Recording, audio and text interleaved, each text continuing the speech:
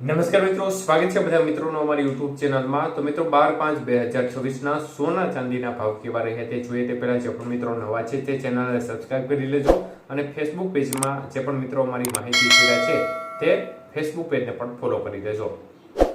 તો મિત્રો ચાંદીના બજાર ભાવ આજે જોઈએ તો ખાસ કરીને આજે ચાંદી 1 ગ્રામનો ભાવ 275, 8 ગ્રામ ચાંદી 22 રૂપિયા, 10 ગ્રામ ચાંદીનો ભાવ 2750 રૂપિયા, 100 ગ્રામ ચાંદી 27,500 રૂપિયા અને 1 કિલો ચાંદી છે 2,75,000 રૂપિયા સુધીના ભાવ રહ્યા હતા।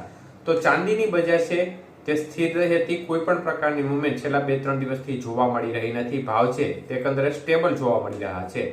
આજે 22K સોનાના ભાવ કેવા રહ્યા તે જોઈએ તો 1 ગ્રામ સોનાનો ભાવ આજે જોવા જઈએ તો 13,950 રૂપિયા, જ્યારે 8 ગ્રામ સોનાનો ભાવ આજે 1,11,600 રૂપિયા, 10 ગ્રામ સોનું 1,39,500 રૂપિયા અને 100 ગ્રામ સોનાનો ભાવ આજે 13,95,000 રૂપિયા સુધીનો રહ્યો હતો। તો આજના 22K સોનાના 100 ગ્રામના ભાવમાં 2,000 રૂપિયાનો ઘટાડો જોવા મળ્યો હતો।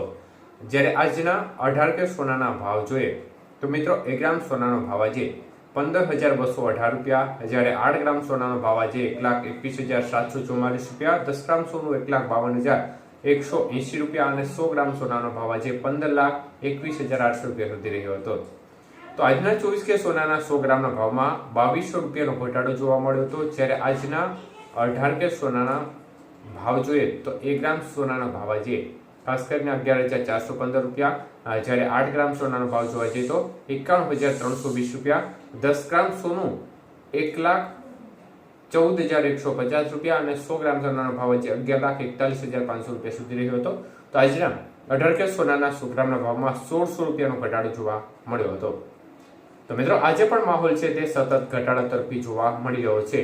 ત્યારે ખાસ કરીને આજે માર્કેટ છે તેમાં મોટી અસર જોવા મળી છે। ગઈકાલે પણ નરેન્દ્ર મોદીનું જે એક નિવેદન, જે રાષ્ટ્રજોગ સંદેશ તેમણે આપ્યો હતો તેની અસર છે તે માર્કેટ ઉપર જોવા મળી હતી અને શેર બજારોમાં રીતસરનો જોરદાર કડાકો જોવા મળ્યો હતો।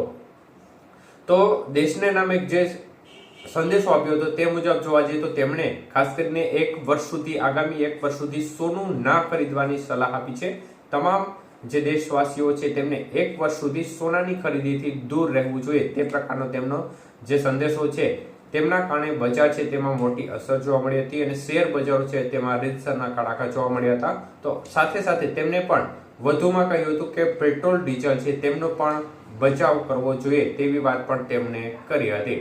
તો આ તમામ પરિબળોની અસર છે તે સીધી રીતે માર્કેટ ઉપર જોવા મળી હતી અને ડોલર સામે રૂપિયો છે તે પણ 95 રૂપિયાને પાર કરી ગયો હતો અને સાથે સાથે ડોલર સામે રૂપિયો છે તે ઘટ્યાની સાથે જે શેર બજાર છે તેમાં પણ ઘટાડો થયો હતો અને સાથે સાથે સોનાની બજાર છે તેમાં પણ આંશિક ઘટાડો જોવા મળ્યો હતો। ધન્યવાદ।